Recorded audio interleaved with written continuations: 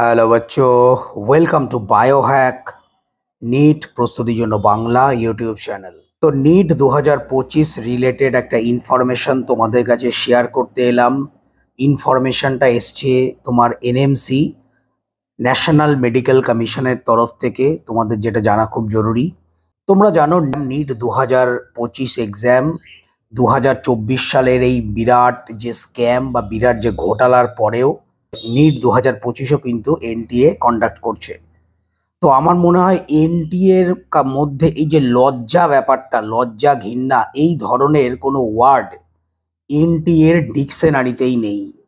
এখন কিন্তু এনএমসির তরফ থেকেও রীতিমতো এনটিএকে যাচ্ছাতাই বলা হয়েছে। এর কারণ কি দেখো, নিট 2025-এর যে ইনফরমেশন বুলেটিন যে রিলিজ করেছে এনটিএ, সেই ইনফরমেশন বুলেটিনে স্পষ্ট করে কোথাও উল্লেখ নেই যে এনআইওএস যে স্টুডেন্ট, ওপেন স্কুলের যে সমস্ত স্টুডেন্ট রয়েছে যারা মাধ্যমিক এবং এইচএস পাস করেছে ওপেন স্কুল থেকে, তারা এক্সাম আদৌ দিতে পারবে কি পারবে না পুরোটা ধোঁয়াশা, কোনো ক্লিয়ারভাবে বলা নেই।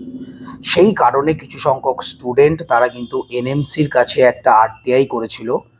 তো সেই আরটিআই এর জবাবে কিন্তু এনএমসি একটা সার্কুলার রিলিজ করেছে এবং সেই সার্কুলারে এনএমসি স্পষ্টভাবে জানিয়ে দিয়েছে নিট 2025-এর যে ইনফরমেশন বুলেটিন বার করেছে এনটিএ, সেটা কিন্তু এনএমসির যে অফিসিয়াল গাইডলাইন তার পুরো অ্যান্টি।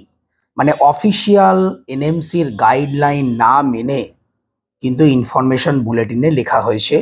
এবং একটা জিনিস স্পষ্ট করে দিয়েছে কিন্তু এনএমসি, যে সমস্ত ওপেন স্কুলের যারা স্টুডেন্ট রয়েছে, যারা এনআইওএস রয়েছে, এনআইওএস থেকে পাস করেছো, প্রত্যেকে কিন্তু নিট 2025 অবশ্যই এলিজেবল, তাদের কোনো রকম সমস্যা হবে না। তোমরা তোমাদের প্রিপারেশন যেরমভাবে চালাও এবং তোমরা নিট 2025 দিতে পারবে। এনএমসি কিন্তু স্পষ্ট ভাষায় ক্লিয়ারভাবে সমালোচনা করেছে তোমার এনটিএর, যে এইভাবে একটা সংস্থা কিভাবে এরকম রুল রেগুলেশন না জেনে ইনফরমেশন বুলেটিন রিলিজ করে দিতে পারে।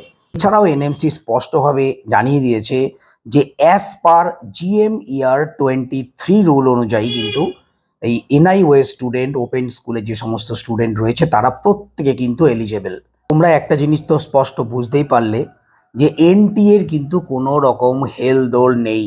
একটা ইনফরমেশন বুলেটিন রিলিজ করে দিচ্ছে, এই ইনফরমেশন বুলেটিন দেওয়ার পরেই এই এনআইওএস স্টুডেন্টদের মধ্যে একটা দ্বন্দ্ব, তারা কি করবে না করবে। আলটিমেটলি স্টুডেন্টদের এখন পড়াশোনা ছেড়ে এই কোথাও আরটিআই করতে হচ্ছে, কোথাও অফিসে গিয়ে ধর্ণা দিতে হচ্ছে, কোথায় মেল করতে হচ্ছে, এইসব করতে হচ্ছে। তারা বুঝতেই পারছে না যে আদৌ এলিজেবল কি এলিজেবল নয়, মানে স্পষ্ট ভাষায় কিচ্ছু লেখা নেই। তো এই ধরনের একটা ইনফরমেশন বুলেটিন, এই ধরনের কীর্তিকলাপ কিন্তু করছে এই এনটিএ। জানাই ছিল যে এনটিএ যেভাবে সুপ্রিম কোর্টের কাছ থেকে ক্লিন চিট পেয়েছে, তাতে করে এদের কিন্তু কোনো রকম হেলদোল বলে কিছু থাকবে না। আমরা যারা বারবার বলছিলাম, আমাদেরকে অনেকে অনেক কথা বলেছে, কিন্তু আজকে দেখো একটা জিনিস, সেন্ট্রাল গভর্নমেন্টেরই একটা agency NMC, national medical commission, তারাই কিন্তু ডাইরেক্টলি ওপেনলি এই এনটিএর সমালোচনা করছে। তাহলে এবার বুঝে নাও এনটিএর যে ক্যাপাবিলিটি, এনটিএর যে ক্যাপাসিটি, সেটা কোথায় গিয়ে পৌঁছেছে।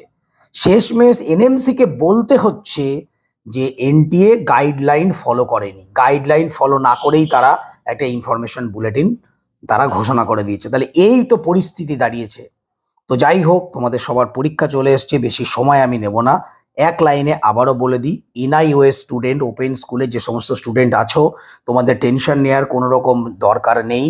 এনএমসি স্পষ্টভাবে কিন্তু অফিসিয়ালি সার্কুলার জারি করে দিয়ে একদম বলে দিয়েছে তোমরা প্রত্যেকে নিট 2025-এর জন্য এলিজেবল। সুতরাং আর কোনো দ্বিমত নয়, মন দিয়ে পড়াশোনা করে যাও এবং নিট 2025 কিন্তু ক্লিয়ার করতেই হবে। সবাইকে ভালো থেকো, মন দিয়ে পড়াশোনা করো, টাটা।